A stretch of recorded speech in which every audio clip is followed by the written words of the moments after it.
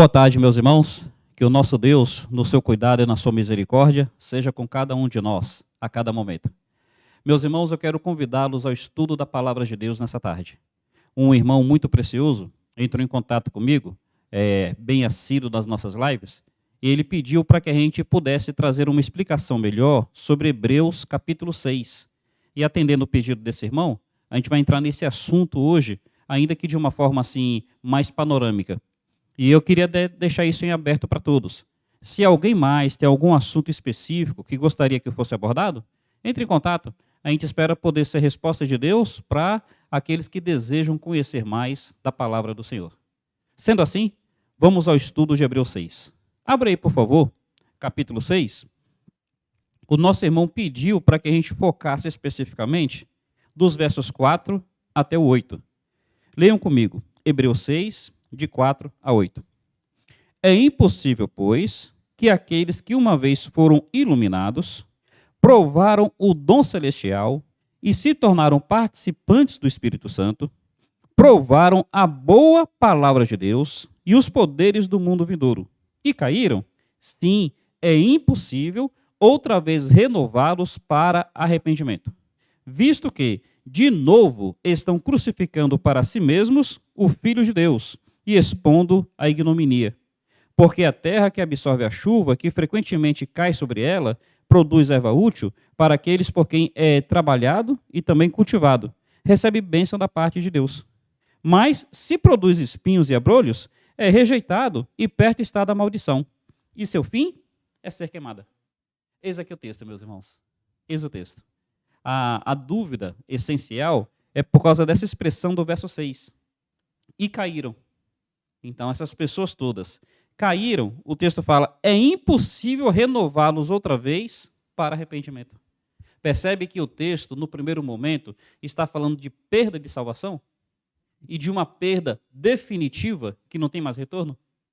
O que esse texto quer nos ensinar? O que esse texto quer nos ensinar? Meus irmãos, na realidade, o estudo da gente aqui está pensando em Hebreus 6, mas a ideia é essa. Como entender um texto difícil? A ideia mesmo é essa. Como entender um texto difícil da Bíblia? Meus irmãos, nós precisamos realmente ter esse norte, ter essa percepção, esse discernimento. Porque há textos na Bíblia que são difíceis. Pedro falou isso. Como é que a gente lida com esses textos? Eu queria aqui dar algumas orientações gerais e depois dar uma olhada nesse texto especificamente. Como entender um texto difícil da Bíblia? Em primeiro lugar, entender que existem textos difíceis. Nós precisamos admitir isso. Nem todos os textos da Bíblia são fáceis de compreensão. Mantém sua mão nessa passagem. Dá uma olhada, por favor, em 2 Pedro. 2 Pedro, no capítulo 3, Pedro vai dizer isso daí. 2 Pedro 3, diz aqui, a partir do versículo 16. Ao falar acerca desses assuntos, como de fato costuma fazer em todas as suas epístolas, nas quais há certas coisas difíceis de entender, que os ignorantes e instáveis deturpam, como também deturpam as demais escrituras, para a própria destruição deles. Pedro está dizendo que nos escritos de Paulo tinham coisas difíceis de entender. Ele fala não apenas nos escritos de Paulo, mas nas demais escrituras. Então, meus irmãos, Pedro, apóstolo, Pedro conviveu com Paulo, ele conversava com Paulo. E ele fala que nos escritos de Paulo tinham coisas difíceis de entender. Ele que poderia perguntar diretamente a Paulo, ô Paulo, o que você quer dizer com isso? Ainda assim, ele admite que tem coisas difíceis de entender. Meus irmãos, se Pedro, que viveu na mesma época de Paulo, que estava no mesmo contexto, que tinha essa iluminação especial do Espírito de Deus, se ele admite que tem coisas difíceis de entender, quanto mais nós, 2000 anos depois, sem ter a mesma luz, a gente tem que admitir isso. E curiosidade, no próprio livro de Pedro, ele fala algumas coisas que eu particularmente também não entendo. Em primeiro lugar, o que a gente deve perceber? Que na Bíblia haverá textos difíceis de entender. A gente tem que admitir isso. E Pedro está dizendo aqui que a gente tem que tomar cuidado, porque em cima desses textos difíceis de entender, haverá os ignorantes e os instáveis que vão deturpá-lo. Então, sempre haverá pessoas que vão pegar textos difíceis de entender e vão deturpar esses textos. Vão deturpar esses ensinos. Aí, em primeiro lugar, a gente tem que admitir isso e tem que ter essa percepção. E como é que a gente faz, então, para a gente não deturpar os textos? Como é que a gente faz para não cair nesse erro de usar um texto difícil da maneira errada? Veja aqui, em segundo lugar, então, um outro princípio. As passagens claras devem lançar luz às passagens difíceis. Meus irmãos, nós precisamos, ao estudar a Bíblia, entender também esse segundo princípio. Já que tem textos difíceis de entender, como é que eu vou entender esses textos difíceis? A partir dos textos claros. A partir daquelas passagens mais fáceis. Aí, essas passagens fáceis devem lançar luz às passagens difíceis. Então, você vai estudar um determinado assunto, por exemplo. O que você vai fazer? Tem assuntos ali que, de repente, tem um texto que é difícil de entender. Você vai determinar um ensino do assunto a partir dos textos claros. Então, lembra disso. As passagens claras, elas têm prioridade. Elas vão lançar luz. Elas vão dar norte diante das passagens difíceis. Mais ou menos assim. Isso daqui eu não consigo entender direito. Mas isso eu entendo perfeitamente. Em cima disso que eu entendo perfeitamente, como é que eu vou usar essa passagem que eu não entendo tão bem? Pensando um pouco melhor. As passagens difíceis, elas não devem ser usadas para estabelecer doutrina. Então, as passagens difíceis não devem ser usadas para estabelecer doutrina. Eu vou dar um exemplo aqui, bem rápido. É uma convicção minha. Aí eu não queria ofender quem pensa diferente. Cerca de dons. A Bíblia fala sobre dons de língua. Quando você pega o livro de Atos, é muito claro que o dom de línguas ali é idiomas. Então, quando você pega Atos 2, as outras passagens de Atos que fala de línguas, sempre idiomas. Então, é mais ou menos assim. Eu falo português, recebo o dom de línguas e começo a falar alemão sem nunca ter estudado alemão. Em Atos, é claro que línguas ali são idiomas. Aí algumas pessoas pegam uma passagem de 1 Coríntios 14, apenas um versículo, e em cima desse versículo quer estabelecer a doutrina de línguas ininteligíveis. Percebeu aí o exemplo? As passagens claras, quando falam de línguas, sempre idioma. Aí alguém pega um texto, apenas um único versículo, e em cima desse texto, em cima desse versículo, quer criar uma doutrina. Cuidado com isso. Gera confusão, gera distorção doutrinária, gera desvio. Aí eu não estou querendo criticar em si o dom de línguas. Eu só estou dando esse exemplo. Não podemos estabelecer doutrinas a partir de textos difíceis. As passagens claras lançam luz aos textos difíceis. No caso aí, como em Atos as passagens claras são idiomas, diante de um texto difícil, eu tenho também que ler esse texto a partir das passagens claras. Aí é só princípios para a gente entender um texto difícil. Qual é o primeiro? Admitir que tem textos difíceis. Qual é o segundo? Que as passagens claras expliquem as passagens difíceis. Qual o terceiro princípio? Nós não estabelecemos doutrina em cima de textos difíceis. Nós não estabelecemos doutrinas a partir desse texto. E aí o que acontece? Dizendo isso daqui, nós vamos dizer que os textos difíceis, eles não podem enfraquecer as doutrinas em cima dos textos claros. Os textos difíceis não podem tirar a força da doutrina já estabelecida nos textos claros.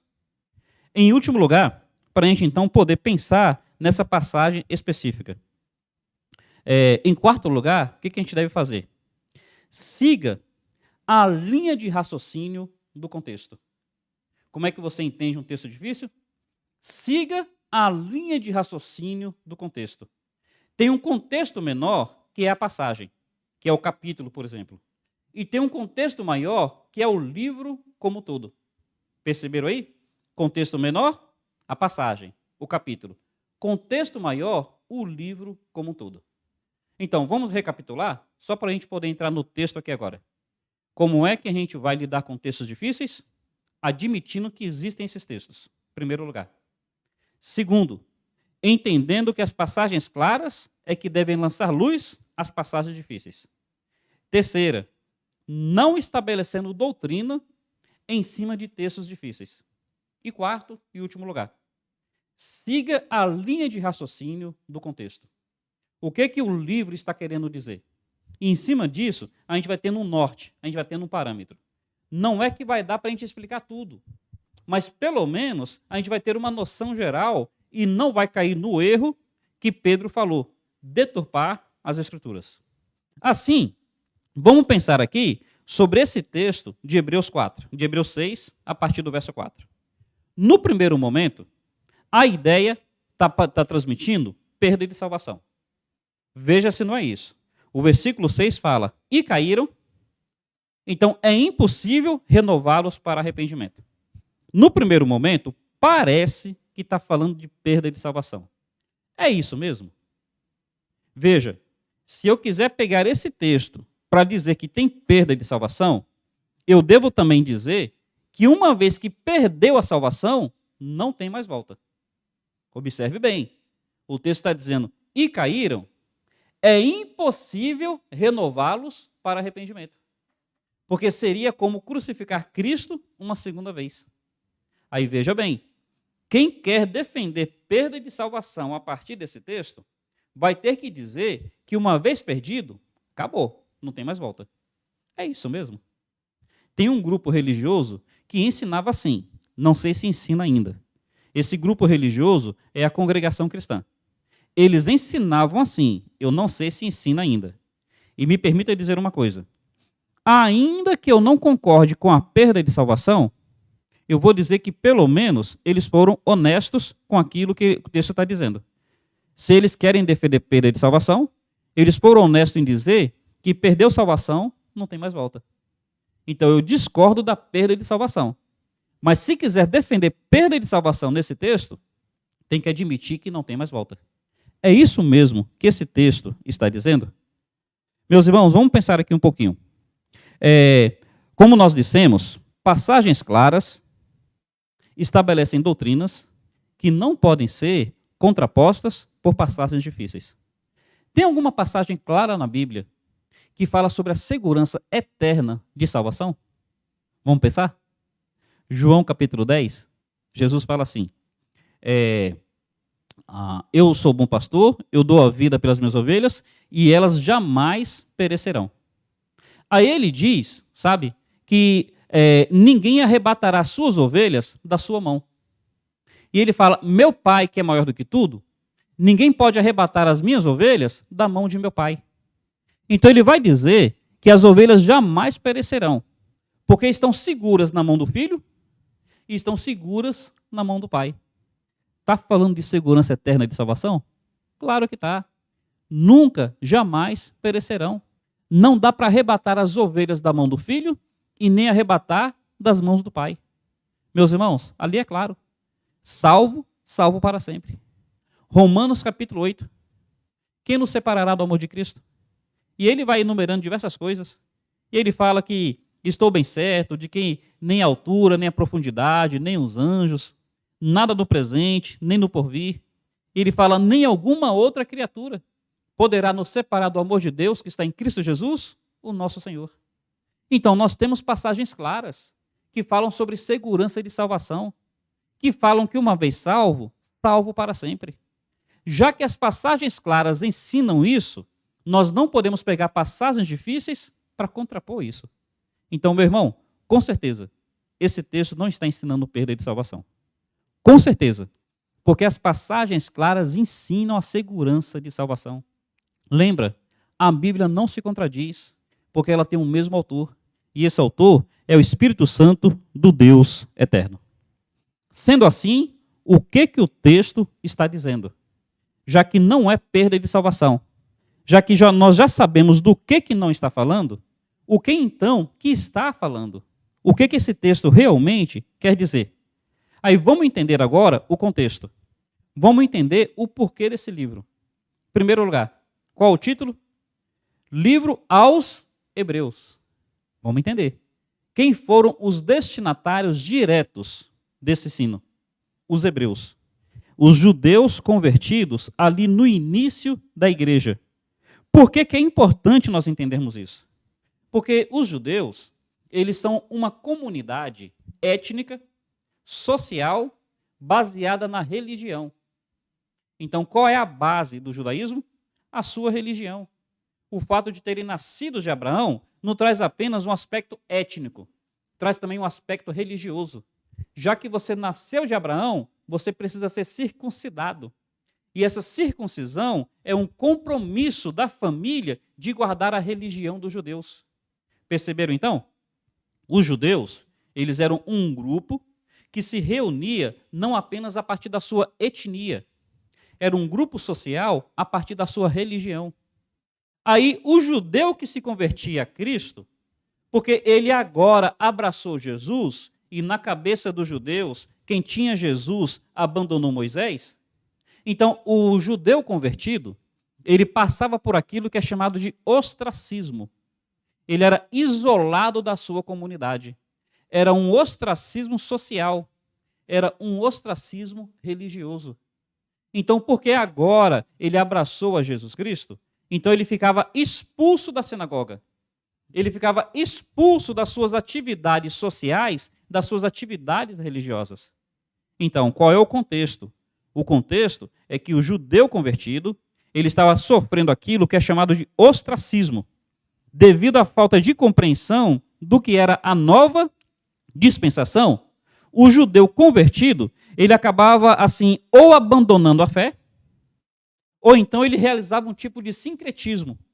Ele queria professar Cristo e continuar com o sacrifício judaico. Percebeu aí qual é o contexto?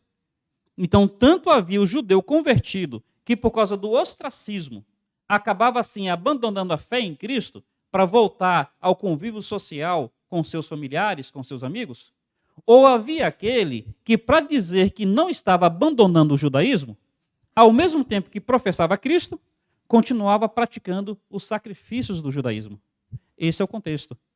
Então, o que o autor de Hebreus, o que ele quer dizer? Ele quer levar esses judeus, tanto os que estavam abandonando, quanto os que estavam praticando o sincretismo, ele quer levar esses judeus a desenvolverem aquilo que a gente vai chamar de firmeza espiritual, de firmeza doutrinária, de perseverança na fé.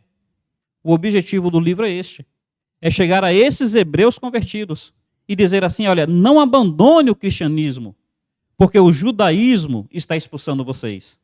Ou não tente fazer do cristianismo um sincretismo, uma associação com o judaísmo.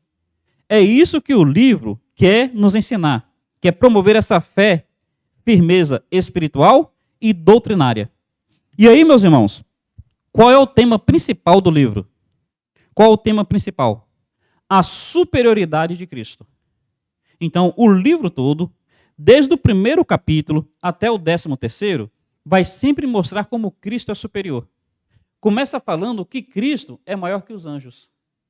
Fala que Cristo é maior que Moisés. Cristo é maior que os sacerdotes. Cristo é maior do que Arão, o sumo sacerdote. Cristo é maior do que o tabernáculo, do que o templo. Cristo é maior do que os sacrifícios. Então vai sempre mostrando a superioridade de Cristo. Para quê? Para que aqueles judeus convertidos, eles entendessem que em Cristo eles não perderam, eles só ganharam. Para eles entenderem que ainda que eles sofressem ostracismo religioso, ainda que eles sofressem ostracismo social, olha, essa perda aparente, na realidade, não se comparava com o ganho que havia em Cristo, porque Cristo é superior a todas aquelas coisas. E sendo Cristo superior, não era para eles associarem Cristo com o judaísmo. Era para ver que Cristo não está sob Moisés, Cristo está acima de Moisés. Cristo não está abaixo dos anjos, Cristo está acima dos anjos. Cristo não está abaixo dos sacerdotes, do ritual religioso, sacerdotal, dos sacrifícios e nem do templo. Cristo está acima de todas essas coisas. E se Cristo está acima da velha dispensação, isso quer dizer que o povo de Cristo, o povo da nova dispensação, está acima do povo da antiga dispensação. Está acima do povo que seguia Moisés. E aí, meus irmãos, sem trazer orgulho espiritual, a igreja de Jesus Cristo é um povo que está numa condição superior na esfera das bênçãos ao povo de Israel. Então, não estou menosprezando os judeus, mas estou dizendo que o que nós temos em Cristo é muito maior do que o que os judeus tiveram em Moisés. É esse o objetivo do livro de Hebreus. Mostrar que nós em Cristo, os judeus convertidos em Cristo, eles têm muito mais do que o povo de Israel teve por meio de Moisés, por meio da antiga dispensação. Tanto é que você vai observar que no livro de Hebreus tem algumas palavras que são frequentes. Quais são as palavras? Superior, melhor, maior, mais excelente. Se você for ler no livro de Hebreus, você verá constantemente essas colocações. Vai ver a palavra superior, Cristo é superior. Melhor, Cristo é melhor. Maior, Cristo é maior. Mais excelente, Cristo é mais excelente. O sacrifício de Cristo é mais excelente. O povo que segue a Jesus Cristo é mais excelente. Então, é isso que o livro de Hebreus como um todo quer dizer. É isso que o livro de Hebreus como um todo quer nos ensinar. Que quem tem Jesus não precisa de nada, não precisa de ninguém. Quem tem Jesus já tem mais, muito mais do que o suficiente. É essa a ênfase principal do livro de Hebreus. Aí, então, no capítulo 6, Paulo, o autor vai querer, então, nos ensinar o seguinte. Quais são as possibilidades de interpretação? Eu creio na interpretação da hipótese.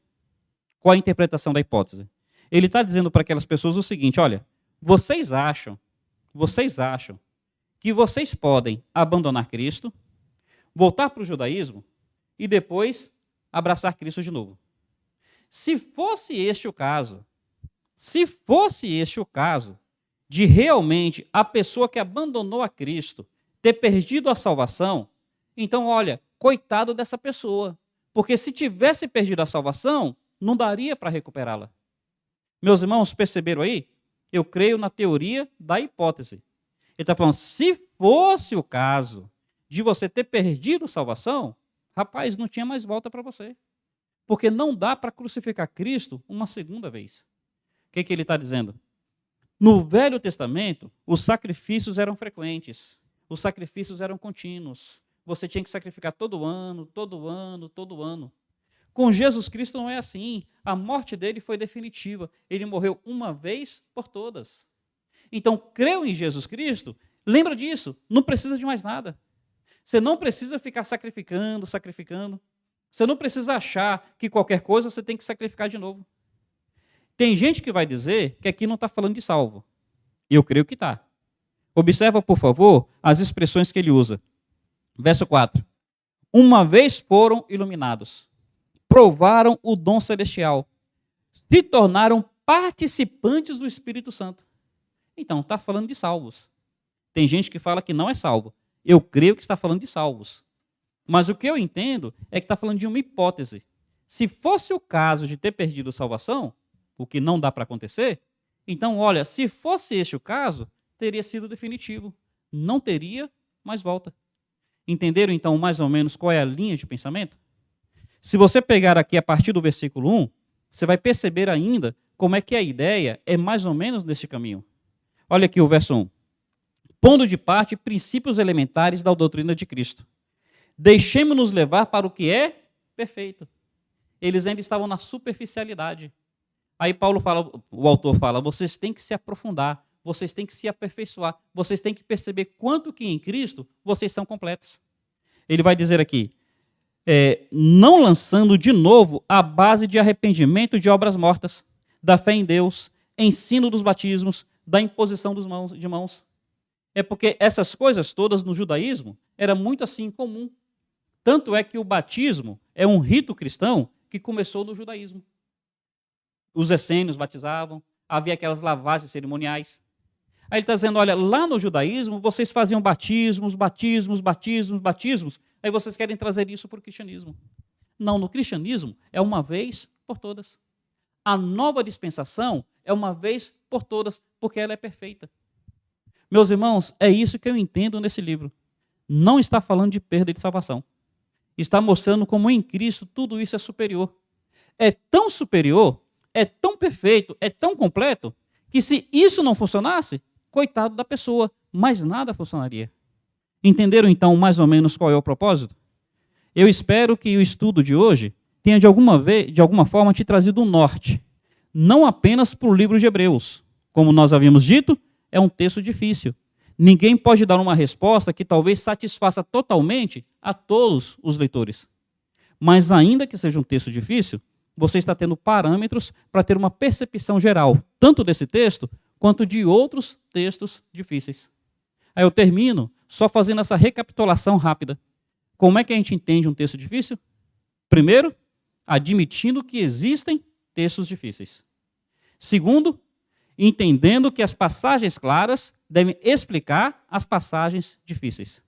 Terceiro, não estabelecendo doutrina a partir dos textos difíceis. E quarto, tentando entender o contexto geral. Tentando entender qual é a linha de pensamento do autor, qual é a linha de pensamento do livro. Espero que tenha ajudado de alguma forma. Deus te abençoe, bondade do Pai seja sobre a sua vida. Um carinhoso abraço. Até mais.